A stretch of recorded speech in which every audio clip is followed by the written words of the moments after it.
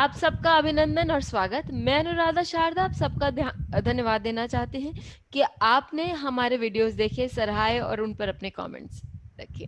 तो सर, आपका बहुत बहुत अभिनंदन और प्रणाम। नमस्कार।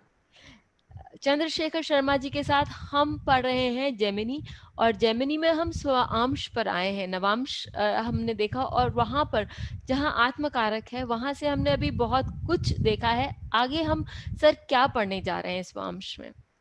हम अभी तक ये देख रहे थे कि स्वांश से एक एक भाव में कौन से ग्रह रहने से उसके क्या परिणाम होते हैं। इसमें हमें समझ गया होगा कि जो परिणाम हमें लग्न से ग्रह होने पे आते हैं उसके ही नजदीक पास है।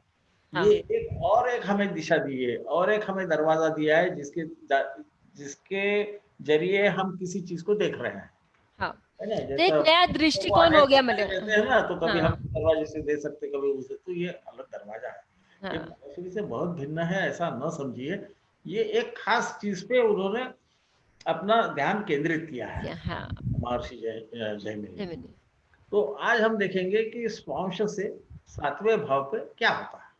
जी, अब आपको ख्याल में आ ही जाएगा कि स्वांश से जो सातवां भाव है, तो जब हम लग्न से जो सातवां भाव देखते हैं ना, करीबन वैसे आने वाला जी। है ना। तो वो बोलते हैं लाभे चंद्र गुरुभ्याम सुंदरी। लाभ का कटोपायदी से जब हम उसका पहली उसकी हल करते हैं तो उसका अर्थ सात आता है ना। ल देखने का, उसका नंबर देखना, भ का नंबर देखना, उसको उल्टा करना, 12 से उसको डिवाइड कर देना, जी, भाग जी, दे देना, तो आपको सात। जी। तो स्वांश से सप्तम में यदि चंद्र और गुरु दोनों हो तो वो जो स्त्री है उसको मिलेगी, वो सुंदरी रहेगी, ऐसा कहा गया है। हम्म, इसमें कोई बहुत ज़्यादा हमें हमारे मस्तिष्क को तकलीफ देना नहीं है। यदि वो किसी स्त्री का चार्ट होगा तो नैसर्गिक है कि वैसा उसका पति हो। हाँ, अब चंद्र गुरुभ्याम में सुंदरी क्यों आए, तो चंद्र को तो हम सुंदर मानते ही हैं। हाँ। चंद्र ऊपर नीचे होते रहता है कभी कभी, तो वो मूडी भी होता है ना, और उसका गोल चेहरा रहता है, वो गोरा रहता है। तो हमको तो गोरे लोग अच्छे लगते हैं, हम हिंदुस्तानी हैं। तो चंद्र गुरु और गुरु जो है, ये चंद्र के साथ समागम में आने से उसको शक्ति प्राप्त हाँ सर, समागम क्या कहेंगे हम है। उसका? समागम यानी जैसा जैसा सूर्य के साथ कोई ग्रह नजदीक आ जाता है, तो वो अस्त हो उसे जाता हम है। अस्त कहते हैं। हाँ, उसकी किरणें दिखना बंद होता है, इसलिए उसे हम अस्त कहते हैं। ये थे। वो हाँ, दिखना बंद हो जाता है। ये किरणों का हमारे मस्तिष्क पे होने वाला परिणाम, ये एक अलग विषय है। परंतु परंतु चंद्र के साथ यदि कोई ग्रह आए तो चंद्र की किरण उस ग्रह को ज्यादा शक्तिशाली बनाते, उसकी आभा ज्यादा चमकती है। तो उस ग्रह में शक्ति आती है। समागम यानी एक दूसरे के साथ आना। जी सर। अस्त में भी तो साथ ही आते, पर अस्त में प्रभाव नष्ट होता है, समागम में प्रभाव बढ़ता है। चंद्र के साथ जब भी ग्रह आता है उस ग्रह की शक्ति बढ़ जाती है। हमें ये भी मालूम है कि गुरु यदि किसी भी भाव को देखे तो उस भाव को बलिष्ठ करता है, उसे पुष्ट करता है। हाँ, चंद्र जो है ये दिखने में तो अच्छा है, ये थोड़ा सा चंचल भी है, मजाक मजाक भी करते रहता है, थोड़ा कामुक भी होता है। चंद्र को कामुक भी कहा गया, लोग कई बार पढ़ते नहीं है पर पढ़ना चाहिए। तो इसका मतलब ये है कि वो उसको आनंददायी रहेगी। और ये सुंदर किसके दृष्टि से दिखेगी? उस व्यक्ति के दृष्टि से दिखेगी। हम क्या करते हैं कई बार, ज्योतिषी, मैं भी जब जवान था, उसको बहुत अरसा हो गया, पर तब हम ऐसे ही सोचते थे, शब्द को पकड़ लेते थे कि हमारे दृष्टि से वो सुंदरी दिखना चाहिए या वो सुंदर आदमी दिखना चाहिए। नहीं नहीं, ये जातक के दृष्टिकोण की हम बात कर रहे हैं। उसे जो खूबसूरत दिखी, उसे जो सुंदर दिखी, वो सुंदरी। तो नैसर्गिक है कि शुभ ग्रह है दोनों भी। तो हाँ, तो उससे आनंद प्राप्त होगा, आनंद प्राप्त होगा तो सुंदर ही लगते हैं, है ना। तो सौंदर्य की जो कल्पना है उसको जरा हमें विस्तृत करके सोचना पड़ेगा। क्योंकि अब हम तो अब हिंदी लोग हैं, तो कोई बोलने में हरकत नहीं। कि समझो निग्रोस की कोई लड़की है, तो आप बोलोगे ये गंदी दिखा रहे, पर उसके हस्बैंड को तो वो सुंदरी दिख रही है, तुम्हें दिखे ना दिखे, तुम्हें कौन पूछ रहा है ना। या हमारे देश में भी अलग अलग प्रांतों में अलग अलग चेहरे हैं, है ना। तो वो उसको सुंदर दिखेंगे, वो उस, सबका अपना अपना दृष्टिकोण है देखने का। क्योंकि ये चंद्र और गुरु उस व्यक्ति के व्यक्तित्व में अपना हाँ, असर डाल रहे हैं। हाँ। लग्न जो है वो व्यक्तित्व है। जी। तो ये इसे हम समझ ले रहे। जी। उसके बाद आता है राहुणा विधवा। मैं इसलिए इसको ज़्यादा समझा रहा हूँ कि यहाँ कई बार हमें गलती करने के बहुत ज़्यादा अवसर दिए हैं। सूत्र है, कम शब्दों में बहुत सारा बताना है, तो महर्षि का कोई गलती नहीं, गलती हमारी हो जाती है। राहुणा विधवा, राहु यदि सप्तम में रहे स्वांश से, तो उसकी पत्नी यानी वो विधवा से शादी करता है, विवाह करता है। क्या वो हर वक्त विधवा ही रहेगी या विधुर रहेगा? यदि वो स्त्री की होगी तो वो विधुर होगा। जिसके पत्नी गुजर गई है या जिसका पति गुजर गया उसे हम विधवा या विधुर कहते हैं, है ना? पर क्या वो ऐसा ही होगा हर वक्त? हमें कितने ऐसे दिखते हैं? नहीं दिखते, है ना? नहीं राहु दिखते। के बाकी के जो उसको हमने गुण गुण है। उसे हाँ। किए, वो बुद्ध है, वो म्लेच्छ है, यानी हमारे से दूसरे संस्कृति का है ना? हाँ तो फिर राहु जो है ये परदेशी भी राहु ही है, सर, छलिया भी हो सकता है हमारे से क्योंकि अलग है, हाँ संस्कृति हमारे से भिन्न है, वो सब राहु है। हाँ ये विधवा का अर्थ हमें पूरे परिप्रेक्ष्य में देखना, क्योंकि एक समय में जबकि ये लिखे गए थे, विधवा ने पुनर्विवाह करना ये करीबन कभी भी सुना गया नहीं था। इसलिए नैसर्गिक की ये संस्कृति से भिन्न होने से राहु के साथ उन्होंने विधवा शब्द जोड़ दिया होगा, ऐसा मेरा मानना है। मेरा गलत भी हो सकता। आप लोग प्रत्यक्ष जो कुंडली है उस पर उसका प्रयोग करके देखिए, और मेरा सही होगा तो भी बताइए, गलत होगा तो भी बताइए। नहीं नहीं सर, एकदम सही आपसे है आप जो बोल रहे हैं वो। जानते हैं, हाँ, आप ये मत समझिए कि हम आपको ज्ञान देते हैं, हम आपसे आपके प्रश्नों सीखते भी से हैं। हमें भी ज्ञान प्राप्त होता हम्म है ना? तो राहुणा विधवा का इस प्रकार से हमने उसे देखना चाहिए। राहु शकी मिजाज भी है, हाँ। हो सकता है कि वो शकी भी होगी या होगा। राइट। तो राहु के जो अनेक गुण हैं उसको वो सप्तम भाव जातक के जो जीवन साथी है उसका स्वभाव, उसका रहन सहन, उसका देखना, ये सब वहां से वो दिखा रहा है। जी। क्या ये केवल पति और पत्नी के लिए ही होगा? मेरा ऐसा मानना है कि ये आपके जो साझेदार है वो भी इसी प्रकार के हैं। कोई बिजनेस पार्टनर्स भी इसके बिजनेस अंदर है। पार्टनर्स, लाइफ पार्टनर एक ही बात जी। है ना?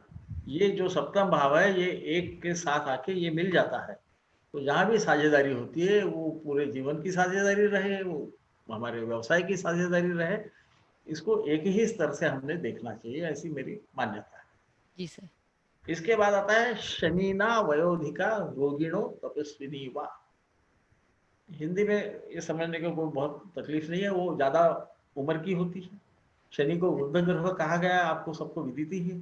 हाँ। तो शनि वृद्ध होने से वयोधिका होगी, ये समझने को कोई बहुत ज्यादा हमें साइंस की जरूरत ऐसे। नहीं है। हाँ। रोगिणी, रोगिणों क्यों बोली है कि रोगी क्यों? शनि ये वात रोग पे उसका अधिकार है, हम्म और शनि ये दुख का कारक है। हम्म तो यदि ये सप्तम में बैठेगा तो हम तो ग्रह दृष्टि देखे तो वो चतुर्थ पे दृष्टि डाल रहे हैं। पर सप्तम के दशम पे डालता है, हम्म और वात रोग उसी से देखते हैं हम, घुटने गड़बड़ करा देते हैं, है ना? हम्म यहाँ तो मैं ग्रह दृष्टि बोल रहा हूँ, हालांकि हम बात कर रहे हैं जैमिनी की, यहाँ पे हमने दरअसल राशि दृष्टि देखना चाहिए। और वहां मुझे ऐसा लगता है कि यदि वो द्विस्वभाव राशि होगी तो वो होने की संभावना बहुत ज्यादा हो जाएगी, जी क्योंकि सर। द्विस्वभाव राशि दूसरे द्विस्वभाव राशि पे दृष्टि डालती जी सर। है ना? और तपस्विनी, अब ये तपस्विनी कहाँ से बीच में आ गई? तो आप जब देखोगे संतों के लक्षण, तो उसमें आपको समझेगा कि शनि जो है ये प्रवज्ञा भी देता है। शनि बहुत ज्यादा विचार करता है, बहुत हम्म ज्यादा विचार करने से गुरु के साथ उसका यदि संबंध हो जाए किसी न किसी प्रकार से, तो वो अपने उत्तरार्ध में जीवन के, वो जिसे हम स्पिरिचुअल बोलते हैं, जिसे हम आध्यात्मिक। आध्यात्मिक बोलते हैं, जिसे हम सही अर्थ में आध्यात्मिक बोलते हैं, उस तरफ उनका रुझाव बढ़ते जाता है।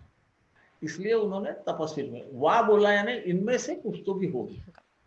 देखो महर्षि भी बोल रहे हैं इनमें से कुछ तो भी होगी, तो हमने वही लाभे चंद्रगुरुभ्याम सुंदरी, यानी सुंदरी होगी, ये बंद करना चाहिए। ये हमारे में आदत हो गई है। मैं तो जब जवान था मैं ऐसा करता था, और फिर मेरे पिता की डांट खाता था कि तुम बगैर सोचे मत बोलते जा। फिर हम बहस करते थे कि वो तो बोला है सूत्र में, तो बोले वो फिर से पढ़ो। फिर से पढ़ने पे हमको ख्याल में आ गया कि हमारी बहुत बड़ी गलती थी, तो हमने वो करना बंद कर दिया। वही मैं आप लोगों को समझा रहा हूँ या बता रहा हूँ, है ना? तो आप विद्वान हैं तो आप उसे मेरे ख्याल से उसका अनुशीलन करेंगे। जी उसके सर। बाद में आता है कुजेन विकलांगी। यदि कुज यानी भवमय यानी हमारा मंगल यदि सप्तम में होगा स्वांश से, यही ओके। आपको फल मिलेंगे। लग्न से भी आप लोग देखोगे तो करीबन यही विकलांगी। अब विकलांगी क्यों होगी? क्योंकि मंगल का स्वभाव तो लड़ाई करना है, वो जी। सेनापति कहा गया है। हाँ, तो ये ज्यादा खेलने वाले स्पोर्ट्स, चोट लगना है, चोट आदि लग जाना है। शारीरिक जो खेल है तो वो खेलने वाले होंगे, तो हो सकता है उसमें कई बार लोगों को ईजा होती रहती है, दुखापत होती रहती है ना? तो हो सकता है कि उसके वजह से उनको कोई ना कोई तकलीफ होती हो। कई लोगों के घुटने फूट जाते हैं। तो एक ज़माने में हम भी जब थोड़े से जवानों वगैरह थे तो करते थे, वो कुश्ती वुस्ती खेलते थे, वेट लिफ्टिंग करते थे, कभी कभी कुछ भी हो जाता था हाथ को। तो मेरे को लगता है, और वो फिर बुढ़ापे तक चलते रहता है ना? जी। कभी वो टेंडन गड़बड़ कर देता है, कभी कोई घुटना फूट जाता है, तो वो तकलीफ देता है। तो इस अर्थ में वो विकलांगी होगी, ऐसा मेरा मानना है, क्योंकि कुजक का स्वभाव खेलना है, उसे जी। युद्ध पसंद है। युद्ध हम्म। पसंद होने से वो ऐसा कर सकता है। और सप्तम से अष्टम भाव द्वितीय भाव पड़ता हम्म। है ना? और ये जो द्वितीय भाव अष्टम भाव होने से वो कुजक की वजह से कोई तकलीफ आप सहसा देखोगे। अब मैं अभी फिर से ग्रह दृष्टि पे जा रहा हूँ, तो मैं एक तत्व समझाने के लिए जा रहा हूँ। आप देखिएगा, जब भी अष्टम पे प्रभाव होगा मंगल का किसी के भी जन्म कुंडली में, आपको दिखेगा ये इनको बगैर कारण से भी इनको कुछ ना कुछ होते चोट रहता हो जाती है, हाँ। है। वो अक्सर है, इनको कुछ करना नहीं पड़ता, वो हो ही जाता है उनका, है ना? चलते हाँ, चलते ही षष्ठ में उनको होगा लग तो सकता उनका कुछ ना कुछ उसमें संबंध रहता है। ऐसे लोग झाड़ के नीचे खड़े होंगे, वो डंगा इन्हीं के सर है। पे पड़ेगी जाके, है ना? तो आपको दिखाई देगा ये कि होते रहता है। आप मार्क कीजिए इसे। अष्टम भाव है ना, वो हमारा मूल प्रकृति है। तो वहां जब मंगल देखता है तो कुछ तो भी गड़बड़ करते रहता है। जी तो सर। शायद उस अर्थ में विकलांगी बोला होगा। वो विकलांगी नहीं होगी, मंगल विकलांग नहीं रहता, ये तो दूसरे को विकलांग करता है जी। ना? हाँ, हाँ। हाँ, सप्तम में। और हाँ, ये है कि ये सप्तम भाव का कुछ लग्न पे देख के जातक के सर पे कोई चोट दे सकता है। रहता है। जी। नहीं, इसे मत भूलिए, जी। है ना? तो जी। विकलांगी का मतलब हमने बड़े पैमाने पे लेना चाहिए। मुझे ऐसा नहीं लगता कि मंगल सप्तम में हो। आप आपके पास जो भी राशि चक्र आएंगे उस पर जरूर इसको आजमा के देखिएगा, हमें बताइए कि हम कहाँ तक सही है या गलत है। उसमें कोई बात नहीं, हर आदमी गलती करता है, तो मैं भी कर सकता हूँ। मैं ज़रा ज़्यादा करूँगा क्योंकि मेरी उम्र हो गई ना, तो ज़्यादा यानी गलती करने के लिए मुझे समय ज़्यादा मिल गया तो हम जाएंगे आगे। रवीणा स्वकुले गुप्ताच। रवि यदि ऐसी जगह होगा स्वांश से सप्तम में, तो इसका कुल गुप्त रहता है, ऐसा ही इसका अर्थ है। अर्थ निकाल ऐसा किया गया है। जी। जो हमारे विद्वान लोगों ने उस पर बहुत बहुत एक से एक विद्वानों ने इस पे अपनी टीका लिखी है। नीलकंठ से लेके अच्युतानंद झा जी से लेके संजय जी, संजय रथ जी है, के राव साहब है, अनेक लोगों ने उस पर टीका लिखी। बीवी रमन साहब है, और वो बड़े श्रेष्ठ लोग हैं, उन्होंने उस पर टीका भी लिखी। करीबन ऐसे ही कहा गया। मुझे ऐसा लगता है ये स्वकुले गुप्ताचर का अर्थ ये नहीं होगा, क्योंकि रवि जब सप्तम में रहता है तो वो आदमी को वृथाभिमान ज्यादा देता है, क्योंकि वो राजा है। तो राजा को खुद का अभिमान ज्यादा ही रहता है कि मैं आपसे श्रेष्ठ हूँ। और ये सप्तम में होने के बाद कौन किसे वृथाभिमान होगा? नैसर्गिक है कि जातक के पत्नी या पति को होगा। हाँ। हाँ। यहाँ तक तो ठीक है। ये और एक कुछ बता रहे हैं, स्वकुले गुप्ता, ये उस कुल के न होके भी बोल सकेंगे कि हम इस कुल के। हाँ। तो आजकल बोलते हैं आई एम रॉयल बॉर्न। अभी रॉयल्टी तो खत्म हो गई कभी की, है ना? और जो भी थोड़ी थी तो वो इंदिरा गांधी ने खत्म कर दी, उनके तनखे वनखे बंद करके, वो 11 तोपों की सलामी बंद करने के बाद, है ना? तो पर लोग बोलते हैं कि हमारे ताऊ के चाचा के मामा के फलाने थे। तो ऐसा हो सकता है कि हमारे कुल को गुप्त रखते हुए हम है उससे ज्यादा है ऐसा बताने का कोशिश करने वाला एग्जैजरेशन करके है, अतिशोक्ति, ऐसा मुझे लगता है। अतिशोक्ति कर रहे हैं। हाँ, है उसे यानी नहीं बताना ना, हाँ। आप देखोगे कई बार कि चौथी कक्षा पास वाला एजुकेशन मिनिस्टर हो जाता है, फिर झूठे सर्टिफिकेट लगा देता है कि हुँ। मैं फलाने जगह गया, वहाँ गया, एक घंटे का कोर्स किया तो बोलता मैंने हार्वर्ड से सीख लिया, है ना? तो ऐसा करते रहते हैं, तो उसको हम बोलेंगे स्वकुले गुप्ताचर, खुद का कुल गुप्त रखने वाला। कुल का अर्थ है मेरी शुरुआत। जी। कुल का अर्थ हर वक़्त हमारा कुल या वंश न ले। हुँ। हमारा जो पास्ट है, हमारा हमने अभी तक जो भी किया है, इसको कुछ चीज़ें इसमें कि हम गुप्त जेम्स को रखते हैं, उस अर्थ में ये कहा होगा, ऐसी मेरी धारणा। जी सर। अब आता है बुधेन कलावती। बुध यदि सप्तम में होगा तो वो कलावती होगी। ये हुँ। कलावती क्यों होगी? क्योंकि हम कला को सहसा शुक्र की तरफ देखते हैं। परंतु बुध जो है, ये कम्युनिकेशन की कला, हमारे पास की चीज़ दूसरे को बताने की जो कला रहती, इस पे अधिकार बुध का है। जैसे ये हमारे ये टीवी चैनल्स हैं, है ना? किसी को कुछ चीज़ समझाना, हुँ। इसीलिए वो व्यापारी भी है। वो खराब चीज़ को भी अच्छी करके आपको बेच सकता है ना? जी।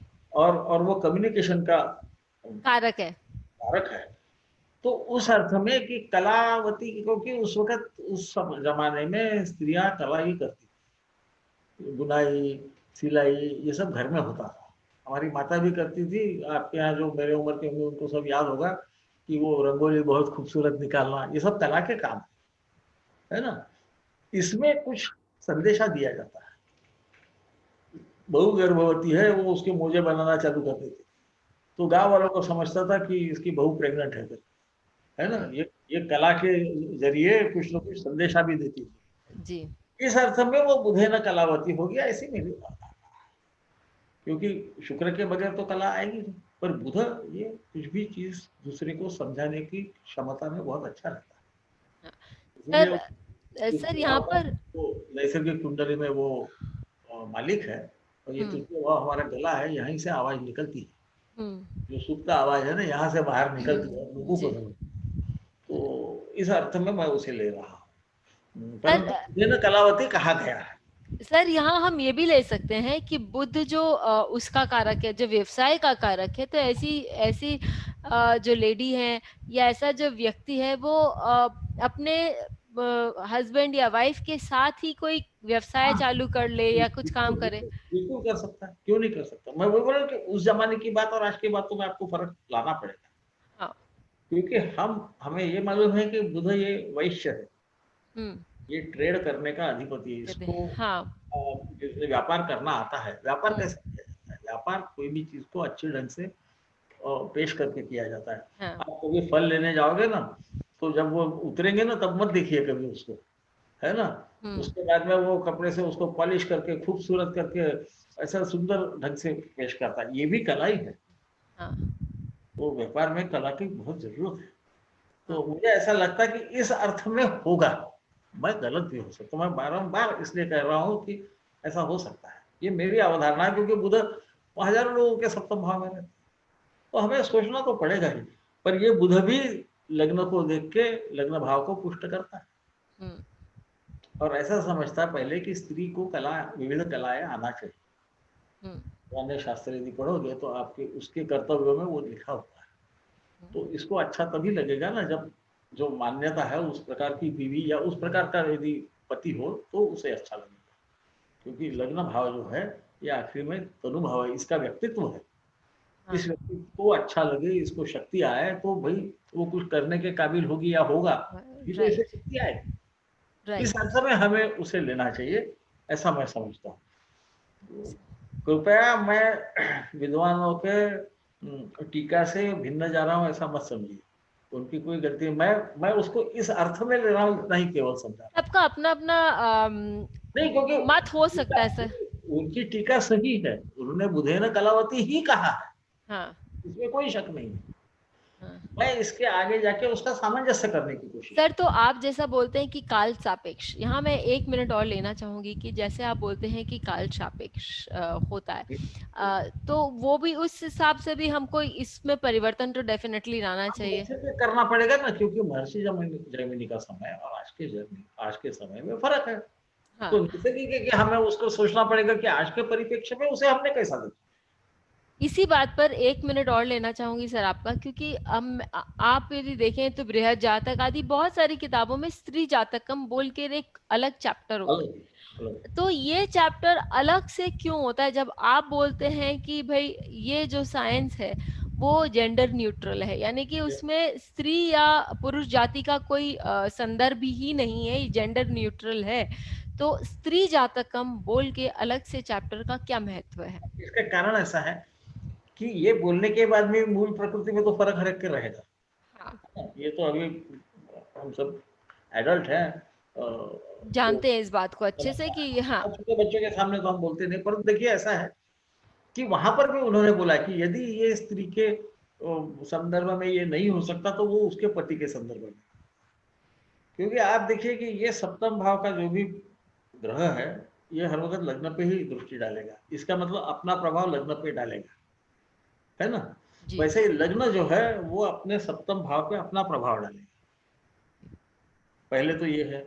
तो स्त्री जातक का भी जो होगा वो उसके पति पे उसका प्रभाव तो आना है। एक दूसरा ऐसा होता है कि पति हंत्री योग है एक लिखा हुआ, जिसको हम दोष बोलते हैं। जातक परिजात में उसको थोड़ा सा और अलग कर दिया है, वो ज्यादा सीरियस है तो पर है। तो उसमें लिखा है कि यदि ऐसा योग उसके पति के भी कुंडली राशि में हो। होगा तो इसका निराकरण हो जाएगा।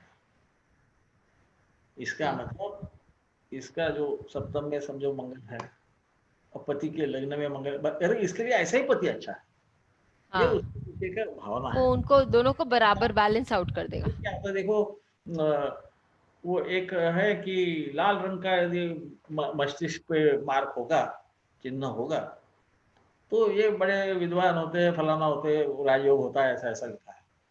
फिर वो बोला यदि ये पुरुष पे होगा तो उसमें भी होगा।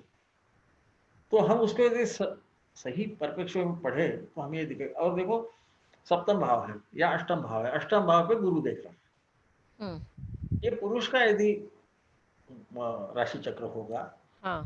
तो गुरु गुल्म देता है, कुछ न कुछ ग्रोथ देता है, हाँ। तो डायबिटीज दे सकता है, फलाना दे सकता है, वो प्रोस्टेट ग्लैंड का तकलीफ। बढ़ावा भी दे यदि वो सकता पुरुष होवे तो, हो। यदि वो स्त्री होगी तो उसको यूट्रस में ट्यूमर्स हो सकते हैं। हाँ। यहाँ विवेक को वापरना है। हाँ। स्त्री का उन्होंने ज्यादा इसलिए कि उसमें एक तो उन्होंने कुछ चिन्ह दिए हैं कि उसको कैसा पहचानना, क्योंकि वो अच्छा। जमाने में ऐसा जरूरी नहीं था कि हर स्त्री का पथरी निकाली हो, है ना। अच्छा। हाँ, तो पथरी नहीं निकाली तो इसको कैसा समझना, फिर इसके तलुए लाल है क्या, फलाना है हो रहा है क्या, वो कैसी बात करती है, कैसी चलती है, इसी पर से वो अंदाजा लगा लेते थे कि इसका ये लग्न है, यहाँ राशि स्थान चक्र है। कैसा होगा, हाँ। हाँ, और ये इसकी लायक होगा यार। हाँ। शायद इस कारण वो किया है स्त्री जातक का भाग, परंतु आप में उसके योगों में और इसके योगों में बहुत ज्यादा फर्क नहीं दिखेगा, केवल शारीरिक फर्क से जो योग आएंगे। यानी ऐसा बोला होगा कि उसके बाएं स्तन पे तिल होगा, तो पुरुष के भी बाएं स्तन पे तिल होगा। राइट। उसी उसी वही जो उन्होंने बोला है, बोला शायद है वो शनि खाली। देखता होगा, शनि हाँ। देखता होगा वगैरह, तो वो देगा, हम्म। तो कोई फर्क नहीं पड़ेगा। केवल इसलिए है कि शादियां करनी है तो फिर क्या करना है, तो उसको लक्षण से ज्यादा देखने का प्रयास किया गया है, इतना ही फर्क है। आप उसको भूल के भी यदि स्त्री का राशि चक्र एनालाइज करोगे ना तो आपको कोई उत्तर आने वाला, कोई दूसरे नहीं आने ठीक है सर। वाले। ऐसा ऐसा मुझे लगता है। थैंक तो यू सर। उस जमाने में स्त्री से बात नहीं करते थे, वो पर्दे में रहती थी, समझता नहीं था। तो नैसर्गिक है कि उनको जिस भी ढंग से समझे वो समझते थे, और किसी का यदि होगा राशि चक्र तो फिर वो मिलाते, है ठीक ना। है। वो त्रिशांश वगैरह दिए हुए हैं, उससे स्वभाव दिए हैं। आप देखते हैं हर वक्त वैसा होता नहीं है, तो कभी कभी हमें ये समझना है कि जो जमीन पे होता नहीं है उसे छोड़ देना चाहिए। और वैज्ञानिक आगे। और ज्योतिष में जो सचमुच नहीं होता, सुफलम जिसका नहीं होता, उसको त्याग त्याग देना चाहिए, ऐसा कहा गया है मुनि, है ना। मतलब हे देव मुनि नाम तू वैद्यकीय ज्योतिष तथा करके श्लोक है। तो अभी उम्र की वजह से मैं आधा ख्याल में रखता हूँ, आधा भूल जाता हूँ। तो हमारी वैसे मिसेस कहती है कि आपको जो नहीं ख्याल में रख रहा हो आप भूल जाते हो, तो ऐसा नहीं है, मैं वाकई भूलता हूँ। तो जाने दो। तो ये चापे हो गया ना यहाँ पे, क्योंकि लाभ खत्म अब आ रहा है, हम तीसरे जगह यहाँ पे ज्यादा थोड़ी कंट्रोवर्सी इसलिए है कि मैंने पहले भी कहा कि सूत्र ये एक के पीछे एक वो धागा चलता है, वो कहीं तो भी टूटता है, फिर दूसरा चालू होता है। अभी तक हम लाभे से बात कर रहे थे, सप्तम भाव की बात कर रहे थे। अब आया चापे चंद्रेणा अनावृत्ते देशे। चाप का अर्थ चार होता है, ये चतुर्थ भाव की बात कर रहा है। चतुर्थ भाव स्वांश से जो है वहां यदि चंद्र होगा तो टीका में ऐसा कहा गया है कि उसका प्रथम संभोग ये खुले मैदान में होगा, यानी खुली जगह पे होगा। मेरा मानना थोड़ा भिन्न है, क्योंकि अनावृत्त का एक अर्थ, अनावृत्त देश में एक अर्थ ऐसा है कि वो देश जहाँ पे ज्यादा चहल पहल नहीं होती है। इसका मतलब जहाँ ज्यादा लोग नहीं रहते हैं, इसका मतलब जहाँ लोक संख्या ज्यादा न हो या जहाँ भीड़ ज्यादा न हो। और चाप का संबंध चतुर्थ भाव से होने से वो आपका मकान है, आपकी मातृभूमि है, आपकी गाड़ी है, आपका सुख है, इसके बारे में बात चल रही है। तो मुझे ऐसा लगता है कि यहाँ जो बोला जा रहा है, ये जो जातक है इसकी मातृभूमि या ये जहाँ मूल जहाँ से आया, ये ऐसी जगह है जहाँ पे बहुत ज्यादा भीड़ नहीं है। यानी मुझे लगता है इसका संबंध बहुत बड़ा शहर नहीं है, मेगा सिटी नहीं है, इस अर्थ में बोला होगा। या मेगा सिटी भी होगी कलकत्ता बम्बई के समान, तो वहां की ऐसी बस्ती जहां ज्यादा भीड़ नहीं। जी। तो हालांकि विद्वानों ने जो कहा है वो मैंने बता दिया। हाँ।